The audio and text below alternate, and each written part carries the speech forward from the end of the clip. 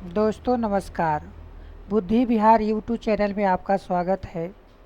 मैं नवीन कुमार आज दिल्ली सल्तनत से संबंधित महत्वपूर्ण क्वेश्चन का डिस्कशन करने वाले हैं। ये दिल्ली सल्तनत की जो स्थापना हुई थी वो दिल्ली सल्तनत की स्थापना 1206 ईस्वी में हुआ था। कब हुआ था? 1206 ईस्वी में दिल्ली सल्तनत की स्थापना हुई थी। इसके संस्थापक था कुतुबुद्दीन ऐबक, और इस कुतुबुद्दीन ऐबक के बाद दिल्ली सल्तनत 1206 ईस्वी से लेकर 1526 ईस्वी तक चलता है। इसके संस्थापक थे कुतुबुद्दीन ऐबक, और इस दिल्ली सल्तनत के अंतिम राजा था इब्राहिम लोदी, जिसे बाबर ने हराकर एक नए सल्तनत की स्थापना किया था। उसको कहते हैं मुग़ल सल्तनत। तो यहाँ पर हम आज दिल्ली सल्तनत से संबंधित महत्वपूर्ण प्रश्नों का डिस्कशन करेंगे। चलिए स्टार्ट करते हैं। सबसे पहला क्वेश्चन है, दिल्ली सल्तनत का शासन कब प्रारंभ हुआ था? आपको पता होगा कि अभी बता चुके, दिल्ली सल्तनत का जो शुरुआत हुई थी 1206 ईस्वी में हुआ था, और इसके संस्थापक थे कुतुबुद्दीन ऐबक। क्या नाम था? कुतुबुद्दीन ऐबक। ये कुतुबुद्दीन ऐबक जो था मोहम्मद गौरी का गुलाम था। कौन था? मोहम्मद गौरी का गुलाम था। चलिए अगले क्वेश्चन में चलते हैं। अगला क्वेश्चन है, निम्नलिखित में से किसने दिल्ली सल्तनत पर राज नहीं किया था? इसमें से कौन सा ऐसा वंश है जो दिल्ली सल्तनत पर राज नहीं किया था? आपको पता है, पहला है गुलाम वंश। गुलाम वंश तो 1206 ईस्वी में इसकी स्थापना ही हुई थी। दूसरा है सैयद वंश, खिलजी वंश। यहाँ पर गौर वंश, गौरी वंश जो था, वो गौरी वंश ने इस पर दिल्ली सल्तनत पर शासन नहीं किया था, बल्कि मोहम्मद गौरी ने दिल्ली सल्तनत का नींव रखा था, लेकिन इसने शासन नहीं किया। अगला क्वेश्चन है, गुलाम वंश के संस्थापक कौन था?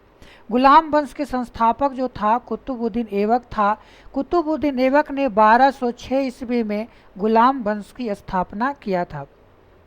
ये कुतुबुद्दीन ऐबक जो था वो मोहम्मद गौरी का गुलाम था, और इन्होंने मोहम्मद गौरी ने क्या किया था, अपने जीते हुए प्रांत को कुतुबुद्दीन ऐबक को सौंप कर वो वापस चला गया, और कुतुबुद्दीन ऐबक ने 1206 ईस्वी में इसने गुलाम वंश की स्थापना किया। हालांकि कुतुबुद्दीन ऐबक जो था वो मुख्यतः मामलुक वंश का था, लेकिन उसने गुलाम वंश की स्थापना किया था। अगला है, कुतुबुद्दीन ऐबक की राजधानी कहाँ था? जब 1206 ईस्वी में इसने गुलाम वंश की स्थापना किया, तो इसने अपनी राजधानी बनाया लाहौर को। कहाँ बनाया? लाहौर को। अगला क्वेश्चन है, कुतुबुद्दीन ऐबक की मृत्यु 1210 ईस्वी में किस खेल के दौरान हो गई थी? कहेंगे कि कुतुबुद्दीन ऐबक का जो मृत्यु हुआ था 1210 ईस्वी में, इसे घोड़े से गिरने से इसकी मृत्यु हो गई। यानी पोलो खेलते समय, या कहेंगे चौगान खेलते समय, इसको घोड़ा से गिरने से कुतुबुद्दीन ऐबक की मृत्यु हो गई थी। अगला क्वेश्चन है, दिल्ली सल्तनत का वास्तविक संस्थापक अथवा उत्तराधारक किसे कहा जाता है? आपको पता होगा कि इल्तुतमिश ने दिल्ली सल्तनत को एक बड़े स्तर पर इसने विस्तार किया था। इस कारण से दिल्ली सल्तनत के वास्तविक संस्थापक इल्तुतमिश को कहा जाता है। कुतुबुद्दीन ऐबक ने जिन चीज़ों को भी शुरुआत किया था, उसको इल्तुतमिश ने पूरा करवाया था। ये इल्तुतमिश जो था इस वंश का तीसरा शासक था, और यह जो है कुतुबुद्दीन ऐबक का गुलाम एवं दामाद था। अगला क्वेश्चन है, इल्तुतमिश ने दिल्ली सल्तनत की राजधानी के रूप में किसे स्थापित किया था? तो यहाँ पर ध्यान देना है कि इल्तुतमिश ऐबक ने जो है दिल्ली स्थापित किया था, लेकिन इल्तुतमिश ने अपनी राजधानी दिल्ली को स्थापित किया। अगला, दिल्ली के प्रथम प्रभुत्व संपन्न इल्तुतमिश को किस उपनाम से जाना जाता है? यानी इल्तुतमिश को और किस उपनाम से जाना जाता है? तो कहेंगे इसे गुलामों का गुलाम कहा जाता है। ये क्या है? गुलामों का गुलाम उपनाम से इसे जाना जाता है। इसने अपने 40 गुलामों को मिलाकर एक संस्था की स्थापना किया था जिसको बोला गया था तुर्क ए चहलगानी। ये भी क्वेश्चन आ सकता है कि दिल्ली सल्तनत में तुर्क ए चहलगानी की स्थापना किसने किया था, तो इल्तुतमिश ने किया था। अपने 40 गुलामों को मिलाकर उसने तुर्क ए चहलगानी की स्थापना किया था। अगला है, किसके सिक्कों पर बगदाद के खलीफा का नाम सर्वप्रथम अंकित हुआ था। बगदाद के खलीफा का नाम किसके शासनकाल में इंगित हुआ था, तो कहेंगे अलाउद्दीन महसूद शाह। कौन था, गुलाम वंश का ही शासक था अलाउद्दीन महसूद शाह। इसने जो है कि अपने सिक्का पर बगदाद के खलीफा का चित्र इंगित करवाया था। अगला क्वेश्चन है, इल्तुतमिश ने निम्नलिखित में से किस दल का गठन किया था। आपको अभी बता चुके हैं कि 40 गुलामों को मिलाकर उसने तुर्क ए चहलगानी का निर्माण किया था, तो इसका आंसर क्या हो जाएगा, बी, तुर्क ए चहलगानी। अगला क्वेश्चन है, इल्तुतमिश के शासनकाल में भारत पर किसका आक्रमण हुआ था। भारत पर किसका आक्रमण हुआ था, तो कहेंगे इस पर चंगेज खां का आक्रमण हुआ था, लेकिन इल्तुतमिश ने चंगेज खां को अपनी चतुराई से वापस भेज दिया था। अगला, इल्तुतमिश ने बिहार में अपना प्रथम सूबेदार किसे नियुक्त किया था। इल्तुतमिश का शासन बिहार तक पहुंच गया था और इसने जो है कि अपना सूबेदार नियुक्त किया था मलिक जानी को। किसे, मलिक जानी को बिहार का सूबेदार नियुक्त किया था। अगला क्वेश्चन है, इल्तुतमिश के समय निम्नलिखित में से कौन सा विद्रोह हुआ था। इल्तुतमिश के समय कौन सा विद्रोह हुआ था, तो यहाँ इसका आंसर हो जाएगा आपको एक पीयू का विद्रोह हुआ था। पीयू का विद्रोह हुआ था कब, तो कहेंगे कि इल्तुतमिश के समय। कब, इल्तुतमिश के समय। अगला क्वेश्चन है, इनमें से किस मंगोल नेता कमांडर ने भारत पर आक्रमण करने के लिए सिंधु नदी पार नहीं की थी। इनमें से कौन सा मंगोल नेता कमांडर जो था वो सिंधु नदी को पार नहीं किया था, तो कहेंगे चंगेज खां। चंगेज खां जो है कि भारत पर आक्रमण नहीं कर सका था। अगला क्वेश्चन है, निम्नलिखित में से कौन भारत की प्रथम महिला शासिका बनी। आपको पता होगा कि भारत की प्रथम महिला शासिका थी रजिया सुल्तान। कौन थी, रजिया सुल्तान, जो 1236 ईस्वी में गुलाम वंश के शासिका बनती है और 1240 ईस्वी में कैथल के पास इसकी हत्या कर दी जाती है। अगला है, रजिया सुल्तान की किसकी बेटी थी, तो कहेंगे रजिया सुल्तान जो थी इल्तुतमिश की बेटी थी। किसकी बेटी थी, इल्तुतमिश की बेटी थी। अगला है, रजिया बेगम को सत्तायुक्त करने में किसका हाथ था। कहेंगे कि रजिया सुल्तान को शासक बनाने में किसका हाथ था, तो कहेंगे इल्तुतमिश ने ही कह दिया था कि हमारा जो उत्तराधिकारी होगा रजिया सुल्तान होगा। लेकिन यहाँ पर आपको ध्यान देना है, तुर्क सरदारों ने या तुर्क अमीरों ने रजिया सुल्तान को शासक बनाया था। अगला, निम्नलिखित में से किसको नसीर उद्दीन मोहम्मद उल्गू खां की उपाधि धारण किया था। उल्गू खां की उपाधि किसने धारण किया था, ये भी क्वेश्चन पूछे जा सकते हैं। तो उल्गू खां की जो उपाधि धारण किया था वो है इल्तुतमिश। कौन है, इल्तुतमिश। इल्तुतमिश जो है उल्गू खां की उपाधि, सॉरी बलबन, इल्तुतमिश नहीं होगा यहाँ पर, बलबन ने इसकी उल्गू खां की उपाधि धारण किया था। बलबन का जो पूरा नाम था बहाउद्दीन बलबन था। बलबन एक ऐसा शासक था जिसने अपनी शासन करने के लिए लौह रक्त की नीति अपनाया था। अगला क्वेश्चन है, नसीर उद्दीन मोहम्मद के काल में किसके नेतृत्व में भारतीय मुसलमानों का एक अलग दल बन गया था।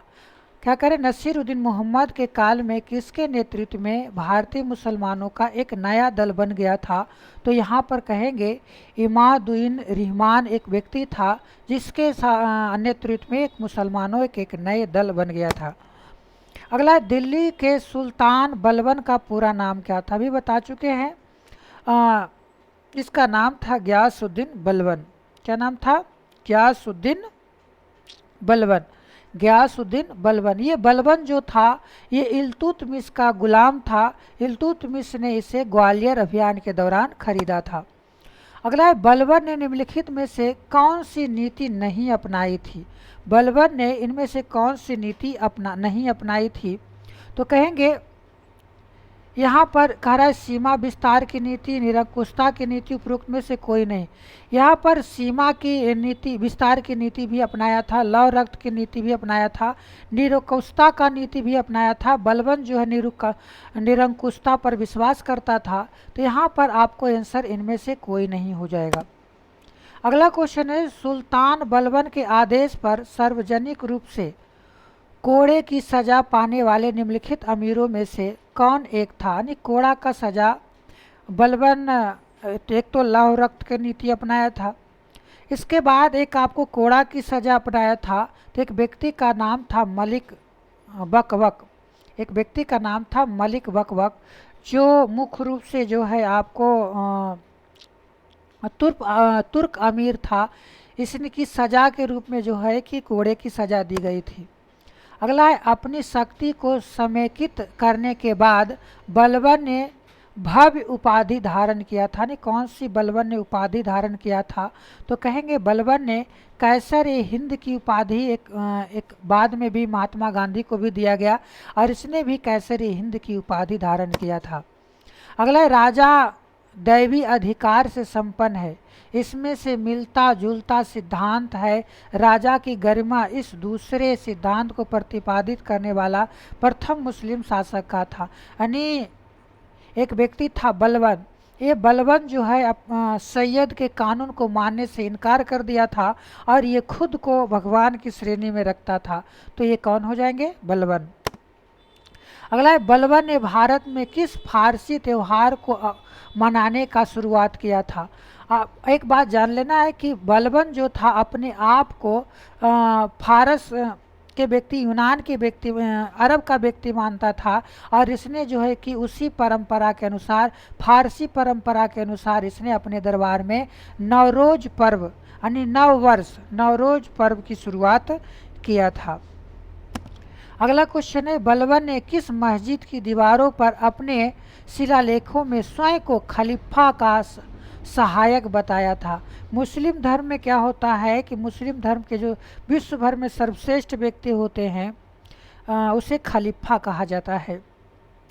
तो यहाँ पर एक मस्जिद है जिसका नाम है गुड़मुक्तेश्वर की मंदिर। गुड़मुक्तेश्वर की मंदिर मस्जिद है, पहले मंदिर था उसको बलबन ने हटवाकर मस्जिद बनवा दिया। तो गुड़मुक्तेश्वर की मंदिर में इसने खलीफा का सहायक चुनवाया था। अगला, इनमें से किस सुल्तान ने तुर्क ए चहलगानी का सत्ता को तोड़ने हुए विनाश करने में पूर्ण रूप से सफलता हासिल किया था? यानी जो तुर्क ए चहलगानी था, इल्तुतमिश ने बनाया था, उसे किसने ध्वस्त कर दिया, समाप्त कर दिया? तो बलबन ने पूर्ण रूपेण से इसको समाप्त कर दिया, क्योंकि बलबन खुद उस तुर्क ए चहलगानी का सदस्य था। अगला, दिल्ली के खिलजी सुल्तान थे। दिल्ली के खिलजी सुल्तान, इसमें कौन सा? खिलजी सुल्तान जो थे खिलजी वंश के संस्थापक थे। तो यहाँ पर देखना है कि दिल्ली के खिलजी सुल्तान थे, यानी मंगोल थे, अफगान थे, तुर्क थे या जाट थे? तो यहाँ पर हो जाएगा कि ये लोग जो थे अफगान से आए थे, अफगानी थे। यहाँ पर है अलाउद्दीन खिलजी को नवीन धर्म की इच्छा रखने के कारण किसके विरोध का सामना करना पड़ा था? यानी अलाउद्दीन खिलजी को एक नया धर्म बनाया था, तो इसको किसको विरोध का सामना करना पड़ा? तो यहाँ पर कहेंगे जो अफगान के लोग थे उसे उलेमाओं कहा जाता था, और उलेमाओं ने इसका विरोध किया था। चलिए, इस प्रकार से हमने 29 प्रश्नों का डिस्कशन किए। अगर हमारा वीडियो अच्छा लगे तो हमारे वीडियो को सब्सक्राइब करें, बेल आइकन को दबाएं, जिससे इस प्रकार की वीडियो आप लोगों तक पहुंचता रहे। चलिए, हमारे वीडियो देखने के लिए आप सभी लोगों को धन्यवाद। आज हम अपना वीडियो यहीं समाप्त करते हैं।